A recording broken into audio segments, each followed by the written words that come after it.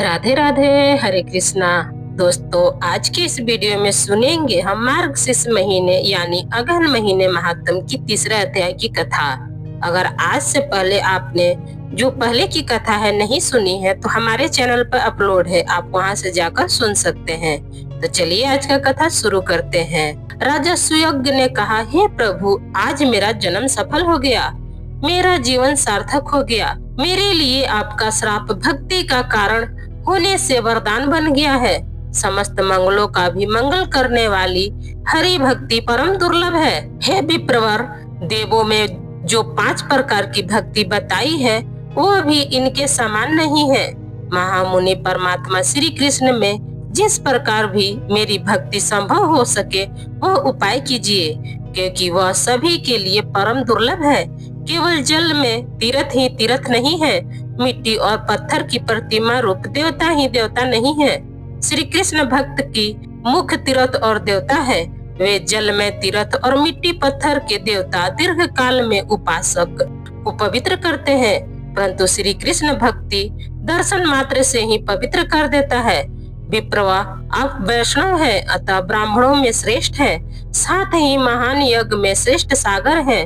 मुनि, आप जैसे शिव शिष्य महात्मन पुरुष को पाकर मैं भला किसी दूसरी शरण में क्यों जाऊंगा।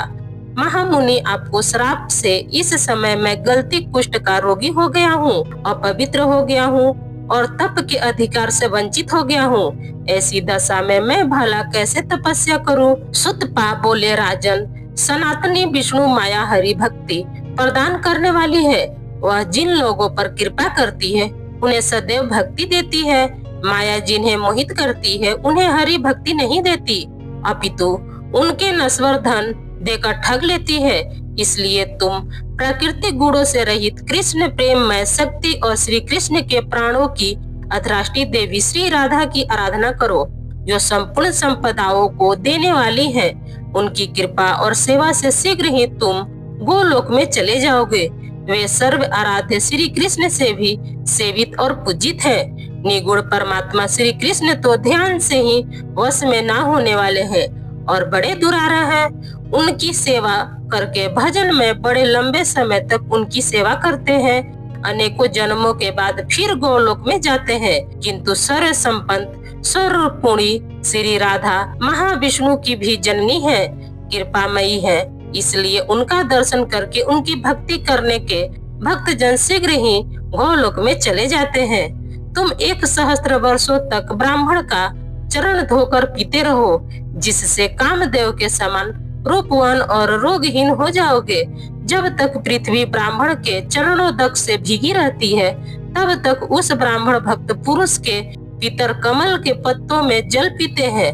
पृथ्वी पर जो जो तीर्थ है वे सब समुद्र में भी है, और समुद्र में जो जो तीर्थ है वो सब ब्राह्मणों के चरणों में होते हैं। ब्राह्मण का चरण दत्त पापों और रोगों का विनाश करने वाला है।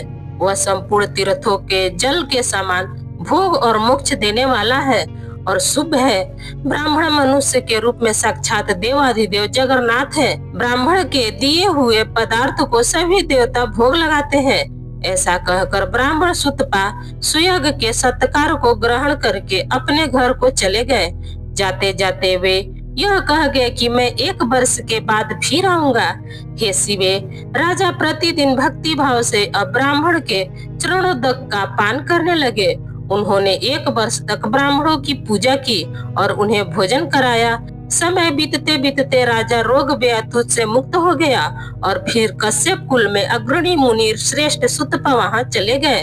उन्होंने श्री राधा की पूजा विधान स्रोत कवच मंत्र और समवेदोक्त ध्यान का राजा सुयज्ञ को उपदेश दिया और कहा, राजन, शीघ्र ही घर छोड़कर निकल जाओ। ऐसा कहकर मुनि तो तपस्या के लिए चले गए और राजा तुरंत ही घर छोड़कर दुर्गम वन में चल दिए। राजा की चारों रानियां ने प्राण त्याग दिए और उनका पुत्र राजा हुआ। राजा सुयज्ञ ने फिर पुष्कर में जाकर बड़ी कठिन तपस्या की। उन्होंने 100 दिव्य वर्षों तक श्री राधा के उत्कंठ मंत्र का जाप किया। तब उन्होंने आकाश में रथ पर बैठी हुई परमेश्वरी श्री राधा रानी के दर्शन किए। उनके दर्शन मात्र से ही राजा के सारे पाप ताप दूर हो गए। उन्होंने फिर मनुष्य देह को त्याग दिया और दिव्य रूप धारण कर लिया। देवी श्री राधा उस रत्न निर्मित विमान द्वारा राजा को साथ में गोलोक लेकर चली गई। राजा ने विजा नदी और मनोहर सप्तशृंग पर्वत से घिरे हुए श्री वृंदावन से युक्त और रासमंडल से मंडित गोलोकों का भी फिर दर्शन किया। अब उस धाम के बारे में भी सुनिए। वह धाम गौओं, गोपियों और गोप समूहों से सेवित रतेंद्र सार से निर्मित और अत्यंत मनोहर भवनों द्वारा सुशोभित हो रहा है। तरह तरह के चित्र विचित्र दृश्य उसकी शोभा बढ़ा रही थी और वह कल्प वृक्ष युक्त 37 उपवनों से अर्थात बगीचों से शोभ्यमान था। उन बगीचों में पराजित जात के वृक्ष भी भरे हुए थे। सारा गोलोक कामधेनुओं से भरा हुआ था। आकाश की तरह विपुल विस्तार से युक्त और चंद्रमंडल के समान गोलाकार था। बैकुंठ से 50 करोड़ योजन ऊपर वह शून्य में बिना किसी आधार के स्थित है और भगवान की इच्छा से सुस्थिर है। आत्मा प्रकाश के समान नित्य है और हम लोगों के लिए भी परम दुर्लभ है। मैं नारायण अत्यंत ब्रह्मा विष्णु महाविराट धर्म क्षुद्र विराट गंगा लक्ष्मी सरस्वती तुम अर्थात पार्वती जी विष्णु माया सावित्री तुलसी गणेश सनंत कुमार अग्नि और कृष्ण मंत्रों के उपासक और भारतीय वैष्णव इन सब ने ही गोलोकों को देखा है, बल्कि दूसरों ने इसे कभी नहीं देखा। उस गोलोक धाम में श्याम सुंदर श्री कृष्ण निरामय रत्न सिंहासन पर विराजमान है। रत्नों के हार किरकिट और रत्न में आभूषणों से सुसज्जित है। अग्नि शुद्ध अत्यंत निर्मल चित्तमय पीताम्बर उनके श्री अंगों को शोभा बढ़ाता है और उनके सारे अंग चंदन से चर्चित है। वे किशोर गोप बालक के रूप में दिखाई देते हैं।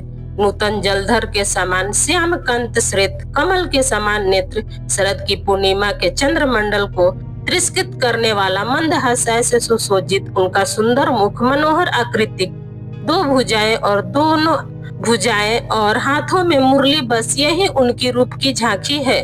भक्तों का अनुग्रह करने के लिए वे दिव्य विग्रह धारण किए करते हैं। श्री कृष्ण परम स्वतंत्र प्रकृति से भरे परम ब्रह्म स्वरूप निगुण परमात्मा है और ध्यान से ही वह बस में नहीं आने वाले हैं। उनकी आराधना तो बड़ी कठिन है, वे हमारे लिए भी परम दुर्लभ है।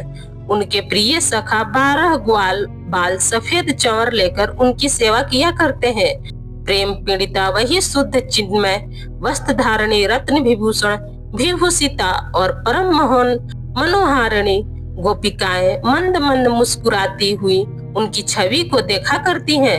रास मंडल में मध्य भाग में प्राम पर पुरुष श्री कृष्ण के राजस्व यज्ञ ने इसी रूप में दर्शन किए हैं। श्री राधा ने ही वह अपने प्राण वल्लभ के दर्शन कराए थे।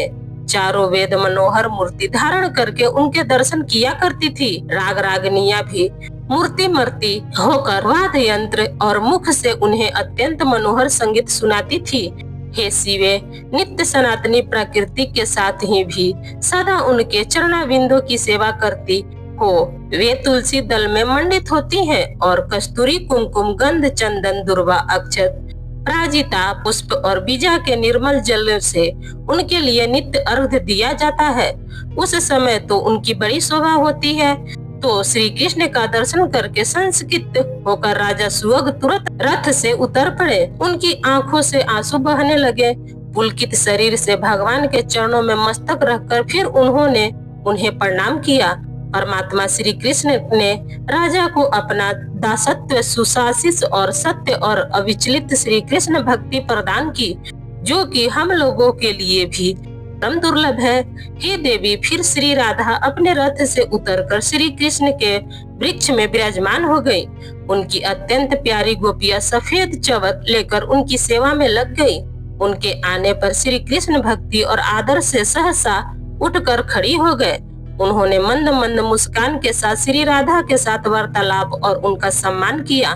प्राचीन काल के वेद वेदाता विद्वान वेदों के कहे अनुसार पहले राधा नाम का उच्चारण करके फिर पीछे कृष्ण या माधव कहते हैं, जैसे कि राधा कृष्ण या राधा माधव। और जो कोई इसके विपरीत उच्चारण करते हैं या उन जगदम्बा श्री कृष्ण प्राणधिका और प्रेममयी शक्ति श्री राधा का निंदा करते हैं, वे चंद्रमा और सूर्य की स्थिति पर्याप्त, यानी कि जब तक चंद्रमा और सूर्य विराजमान है तब तक कालसूत्र नरक में यातना भोगते हैं, फिर 100 वर्षों तक स्त्री पुरुष से रहित और रोगी रहते हैं। हे दुर्गे, इस प्रकार मैंने परम उत्तम राधिका ख्यान का वर्णन किया है। वह सती, भगवती, वैष्णवी, सनातनी, नारायणी, विष्णु माया, मूल प्रकृति और ईश्वरी नाम धारण करने वाली तुम ही हो। माया का आश्रय लेकर मुझसे पूछ रही हो, तुम स्वयं ही स्वर्गा शून्य पुणी स्त्री जाति की आधी देवी और पूर्व जन्मों की बातों को याद रखने वाली श्रेष्ठ प्रामा शक्ति हो। राधिका की कथा तो मैंने सुना दी, अब और क्या सुनना चाहती हो देवी? तब देवी पार्वती ने पूछा, हे भगवान, आप पुरुषों के ईश्वर श्री कृष्ण के मंत्र होते हुए उन वैष्णव नरेश सूर्यज्ञ ने राधा का मंत्र क्यों ग्रहण किया? मुनि सुतपा ने राजा को श्री राधा की पूजा का कौन सा विधान बताया और किस ध्यान, किस स्रोत, किस कवच और किस मंत्र का उपदेश दिया? श्री राधा की पूजा विधि क्या है, यह सब बातें भी बताइए। तब श्री महादेव बोले, प्रिय, राजा ने यही प्रश्न किया था कि हे विप्र, हे मुनि, मैं किसका भजन करूं, किसकी आराधना से शीघ्र गोलोक को प्राप्त कर लूंगा।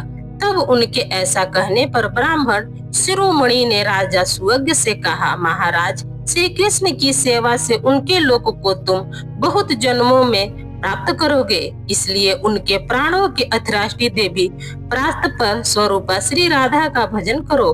वे कृपामयी है, उनके प्रसाद से, उनकी कृपा से साधक शीघ्र ही उनके धाम को प्राप्त कर लेता है। ऐसा कहकर मुनि ने उन्हें राधा के इस संष्ठातर मंत्र का उपदेश दिया।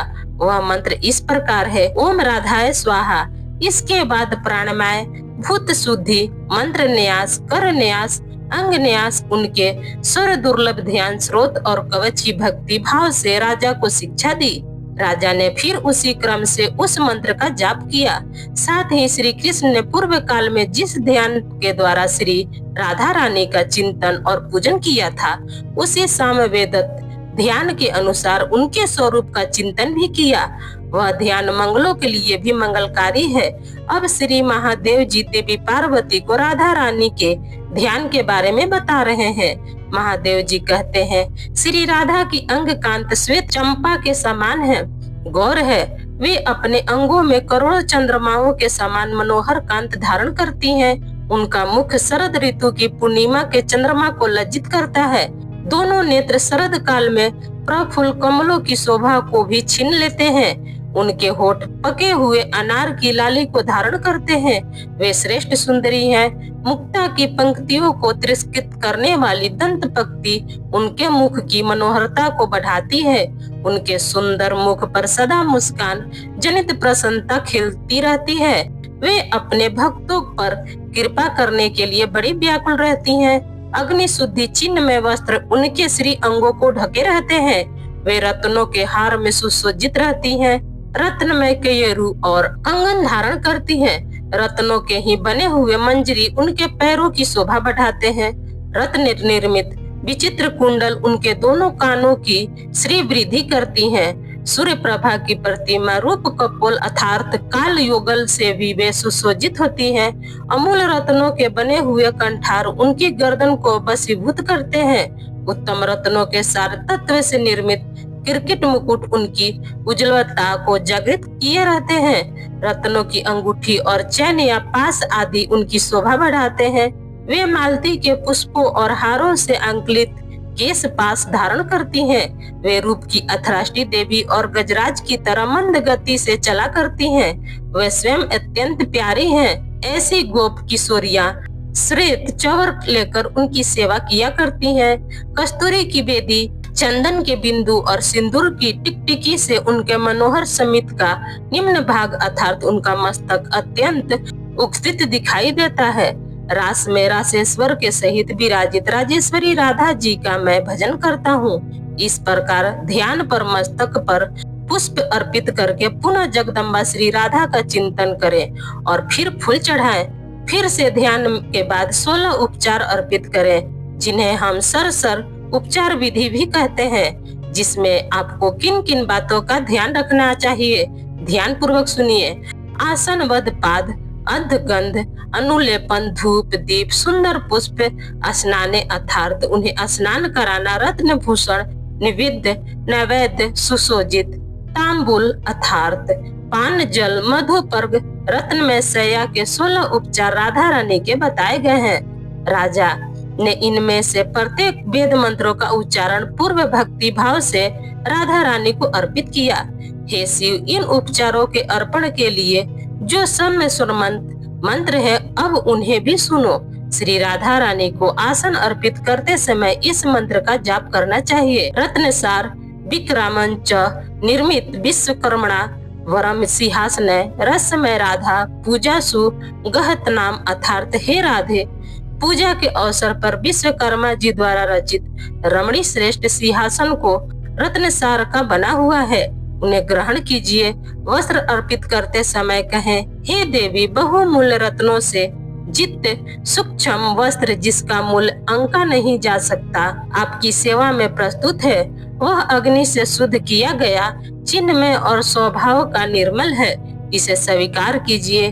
देवी को पाद अर्पित करते हुए कहें, राधे, उत्तम रत्नसार द्वारा निर्मित पात्र में संपूर्ण तीर्थों का जल आपकी सेवा में अर्पित किया गया है। आपके दोनों चरणों को पखाड़ने के लिए यह खाद जल है, इसे ग्रहण कीजिए। यह पाक जल है, इसे ग्रहण कीजिए। अर्थात जो राधा रानी के चरणों को धुला जाता है, जिस जल से उसे पाद कहते हैं, राधा रानी को अर्घ देते समय कहना चाहिए, राधे, दक्षिणावर्ती शंख में रखा हुआ दुर्वा पुष्प चंदन और तीर्थ जल से युक्त यह पवित्र अर्घ प्रस्तुत है, इसे स्वीकार कीजिए।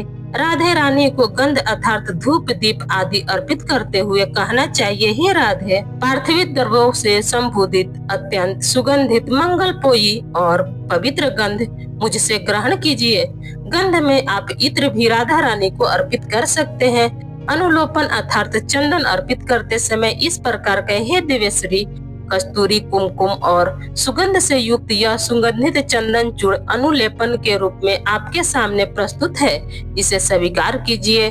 धूप अर्पित करते समय कहें, हे देवी, वृक्ष की गोद अर्पित गुगल और पार्थिवी द्रव्यों से युक्त यह धूप प्रज्वलित अग्नि सिंह से निर्मित धूम के रूप में प्रस्तुत है, मेरी इस प्रिय वस्तु को स्वीकार कीजिए। श्री राधे को दीप अर्पित करते समय कहें, परमेश्वरी, अमूल्य रत्नों का बना हुआ यह परम उज्जवल शोभाशाली रत्न दीप अहंकार को दूर करने वाला है, भय को दूर करने वाला है, इसे स्वीकार कीजिए। श्री राधे को पुष्प अर्पित करते समय कहे, हे परमेश्वरी, गंध और चंदन से चर्चित अत्यंत शोभामान यह रमणी पराजित जात पुष्प ग्रहण कीजिए। देवी को स्नान कराते समय कहे, हे देवी, विष्णु तेल से युक्त यह अत्यंत मनोहर और सुगंधित आंवले का चूर्ण सेवा में प्रस्तुत है, इस स्नान उपयोगी वस्तु को आप स्वीकार कीजिए। अर्थात राधा रानी को स्नान कराते समय उस जल में आंवले का चूर्ण मिलाकर स्नान कराना चाहिए। श्री राधा रानी को आभूषण अर्पित करते समय कहे, हे राधे, अमूल्य रत्नों के बने हुए केयूरू कंगन आदि आभूषणों को और परम शोभाशाली शंख की चूड़ियों को आप मेरी ओर से ग्रहण कीजिए। नैवेद्य अर्पित करते समय कहे, देवी, देश काल के अनुसार उपलब्ध हुए पके हुए फल और लड्डू आदि उत्तम मिष्टान नैवेद्य के रूप में मैं प्रस्तुत किया गया है, इसे स्वीकार कीजिए। जल और पान अर्पित करते समय कहे, हे देवी, कपूर आदि से सुशोषित सभी भोगों से उत्कृष्ट रमणीय और सुंदर ताबुल तथा स्वादिष्ट जल ग्रहण कीजिए। 14वां है मधुपर्क। परमेश्वरी, रत्न में पात्र में रखा हुआ यह असन अर्थात मधुपर्क अत्यंत स्वादिष्ट और परम मनोहर है, मैंने भक्ति भाव से इसे आपकी सेवा में अर्पित किया है, कृपया इसे स्वीकार कीजिए। मधुपर्क कहते हैं दही, दूध, शहद और घी के मिश्रण को 16वें उपचार में श्री राधा को शया अर्पित करते समय कहे, हे देवी श्रेष्ठ, रत्नों के सार भाग से निर्मित अग्नि शुद्ध निर्मल वस्त्र से ढका हुआ और पुष्प और चंदन से चर्चित यह शया आपके सामने प्रस्तुत है, इसे ग्रहण कीजिए। इस प्रकार देवी श्री राधा का सम्यक पूजन करने के लिए उनके लिए 3 बार पुष्प अंजलि दे और देवी की 8 नायिकाओं का जो उनके सबसे प्रिय परिचारिकाएं हैं जो लगातार सच्चे मन से उनकी सेवा करके उनके साथ रहती हैं, उनका भी यत्न पूर्वक भक्ति भाव से सोच उपचार विधि से पूजन करें। प्रिय, उनके पूजन का कर्म पूर्व आदि से आरंभ तक दक्षिणावर्ती बताया गया है। पूर्व दिशा में मालावती, अग्नि कोण में माधवी, दक्षिणी कोण में रत्नमैला, नैऋत्य कोण में सुशीला, पश्चिमी में शशकाला, व्यापम कोण में पराजित जाता, उत्तर में पद्मावती और ईशान कोण में सुंदरी की पूजा करें। और यह देवी की 8 प्रिय परिचिकाएं हैं। वती पुष्प व्रत काल में जूही, मालती और कमलों की माला चढ़ाएं। फिर सामवेद रीति से परिहर नामक स्तुति करें। अब आप सभी भी मेरे साथ ही श्री राधा रानी की सच्चे मन से स्तुति कीजिए।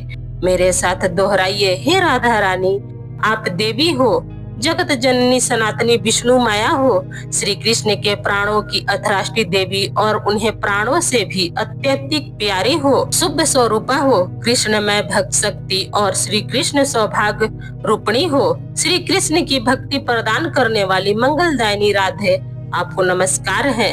आज मेरा जन्म सफल है, आज मेरा जीवन सार्थक हुआ, क्योंकि श्री कृष्ण ने जिसकी पूजा की है वही देवी आज मेरे द्वारा पूजित हुई हैं। श्री कृष्ण के वक्ष वस्तल में 2 स्वर्ग सौभाग्यशालिनी राधा हैं।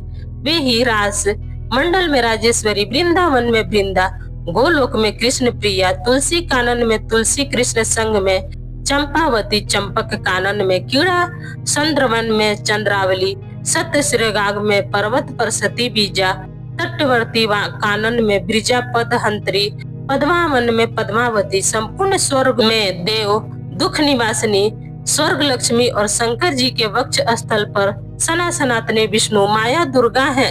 और जो काम्यमय मन में, काम्य बैकुंठ में महालक्ष्मी, नारायण के द्वारा, नारायण के हृदय में वाणी, क्षीर सागर में सिंधु कन्या और मृत्यु लोक में हरि प्रिया लक्ष्मी है, वही अपनी काल द्वारा वेद माता सावित्री होकर ब्रह्मा वृक्ष में विलास करती हैं।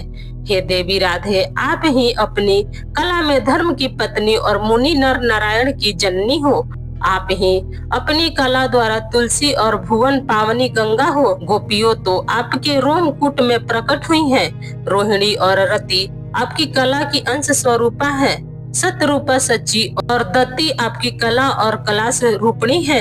देव माता हरि प्रिया अदिति आपकी कला स्वरूपा है। हे शुभे देवांगन और मनु पत्नियां आपकी कला में प्रकट हुई हैं। हे कृष्ण पूजिते, आप मुझे श्री कृष्ण की भक्ति और श्री कृष्ण का दास्यमय प्रदान कीजिए। इस प्रकार परिहार और स्तुति करके श्री राधा का कवच पाठ करें। यह प्राचीन शुभ स्रोत श्री हरि की भक्ति और दास्यमय प्रदान करने वाला है। इस प्रकार जो प्रतिदिन श्री राधा रानी की पूजा करता है वह भारतवर्ष में साक्षात श्री हरि के समान हो जाता है, जीवन मुक्त और पवित्र है। उसे निश्चय ही गोलोक धाम की प्राप्ति होती है। जो प्रति वर्ष कार्तिक की पूर्णिमा को इस क्रम में श्री राधा की पूजा करता है वह राज्य सुयोग यज्ञ के फल का भागी हो जाता है। इस लोक में उत्तम ऐश्वर्य से संपन्न और पुण्यवान हो जाता है और अंत में सभी पापों से मुक्त होकर श्री कृष्ण के धाम को जाता है। हे देवी, आदिल के पहले श्री कृष्ण ने इसी क्रम में वृंदावन में रास मंडल में श्री राधा की स्तुति और पूजा की थी। दूसरी बार आपके वसी वेद माता सावित्री को पाकर सृष्टिकर्ता ब्रह्मा जी ने भी इसी क्रम से श्री राधा का पूजन किया था। नारायण ने भी श्री राधा की आराधना करके महालक्ष्मी, सरस्वती, गंगा और भुवन पावनी पराशक्ति तुलसी जी को प्राप्त किया था। क्षीर सागर साईं श्री विष्णु ने राधा जी की आराधना करके श्री सिंधु सुता को प्राप्त किया था। पहले दक्ष कन्या ने सती हो जाने पर मैंने भी श्री कृष्ण की आज्ञा से पुष्कर में श्री राधा की पूजा करके उसके प्रभाव से तुम्हें प्राप्त किया। पतिव्रता श्री राधा की पूजा करके उनके दिए हुए वर से कामदेव ने रति को, धर्मदेव ने सती साध्वी मूर्ति को और देवताओं और मुनियों ने धर्म अर्थात काम और मोक्ष को प्राप्त किया था। देवी, इस प्रकार मैंने श्री राधा की पूजा का विधान बताया है। भगवान शिव ने देवी पार्वती को श्री राधा के जिस स्रोत का वर्णन किया है वह आप अगले अध्याय में सुनेंगे। आज सुनिए सीता नित्य नेम की कथा। यह कहानी सीता माता कहती हैं और भगवान श्री राम इसे सुना करते थे। एक दिन भगवान श्री राम को किसी कार्य के लिए बाहर जाना पड़ गया। तो सीता माता कहने लगी, हे प्रभु, मेरा तो 12 बरस का नित नेम है। आज आप बाहर जाएंगे तो मैं अपनी कहानी किसे सुनाऊंगी। श्री राम ने कहा, सीते, तुम कुएं के पाल पर जाकर बैठ जाना और वहाँ पर जो भी औरतें पानी भरने आएंगी उन्हें ही अपनी कहानी सुना दिया करना। सीता माता कुएं की पाल पर जाकर बैठ गई। एक स्त्री आई, उसने रेशम जरी की साड़ी पहन रखी थी और सोने का घड़ा ले रखा था। सीता माता उसे देखकर कहने लगी, बहन, मेरा 12 बरस का नित्यनेम सुन लो। पर वह स्त्री बोली, मैं तुम्हारा नित्यनेम सुनूंगी तो मुझे तो घर जाने में देर हो जाएगी और फिर मेरी सास मुझसे झगड़ा करने लगेगी। उसने कहानी नहीं सुनी और वह चली गई। उसकी रेशम मजरी की साड़ी घर जाते ही फट गई। सोने का घड़ा भी मिट्टी के घड़े में बदल गया। सास ने देखा तो पूछा कि यह किसका दोष अपने सिर लेकर आ गई। बहू ने कहा, माँ जी, कुएं पर एक औरत बैठी थी। उसने मुझसे कहानी सुनने के लिए कहा, लेकिन मैंने नहीं सुनी। हो सकता है उसी का यह फल मुझे मिला हो। बहू की बात सुनकर अगले दिन वही साड़ी और वही घड़ा लेकर सास कुएं की पास गई। सास को वहीं पर सीता माता बैठी हुई मिली तो माता सीता ने कहा, बहन, मेरी कहानी सुन लीजिए। सास बोली, एक बार छोड़, मैं तो 4 बार तेरी कहानी सुन लूंगी। तब सीता माता कहने लगी, राम आए, लक्ष्मण आए, देश के पुजारी आए, नित नेम का नेम लाए, आओ राम, बैठो राम, तप रसोई जियो राम, माखन मिश्री खाओ राम, दूध बतासा पियो राम, सूत के पलका मोठो, राम साला दुसाला पोठो, राम साल दुसाला ओढ़ो, राम जब बोलू जब राम ही राम, राम संवारे सबके काम, खाली घर भंडार भरेंगे, सबका बेड़ा पार करेंगे, जय राम जय राम जय जय राम। तब सासू बोली, बहन, कहानी तो बहुत अच्छी लगी। कहानी सुनकर सास अपने घर चली गई और घर जाते ही उसकी फटी हुई साड़ी फिर से रेशम जरी की बन गई और मिट्टी का घड़ा फिर से वापस सोने का घड़ा में बदल गया। यह देखकर बहू कहने लगी, सासू माँ, आपने यह सब कैसे किया। सास ने कहा, बहू, तू तो दोष लगा कर आई थी, मैं अब दोष उतार कर आ रही हूँ। बहू ने फिर पूछा, माँ जी, वह कुएं वाली स्त्री कौन है। सास बोली, वह तो सीता माता थी। पुराने से वे नया कर देती हैं, खाली घर के भंडार भर देती हैं और वह तो लक्ष्मी जी का वास भी घर में करा देती है। मनुष्य की जो भी इच्छा हो उसे पूरा कर देती है। तब बहू बोली कि माँ जी, फिर तो ऐसी कहानी मुझे भी सुना दो। सास बोली, ठीक है, तुम भी सुनो। फिर सास ने कहानी शुरू की। राम आए, लक्ष्मण आए, देश के पुजारी आए, नित नेम का नेम लाए, आओ राम, बैठो राम, तपी रसोई जियो राम, माखन मिश्री खाओ राम, दूध बतासा पियो राम, सूत के पलको मोठा राम, साल दुसाला पोठा राम, साल दुसाला ओढ़ो राम, जब बोलू राम ही राम, राम सवारे सबके काम, खाली घर भंडार भरेंगे, सबका बेड़ा पार करेंगे, श्री राम जय जय राम। कहानी सुनकर बहू बोली, माँ जी, कहानी तो बहुत अच्छी है। सास ने कहा, ठीक है, अब से हम इसी कहानी को रोज कहा करेंगे। अब तो सास बहू रोज सवेरे उठती, नहाती धोआती, पूजा करने के बाद नित नेम की सीता जी की यह कहानी कहती।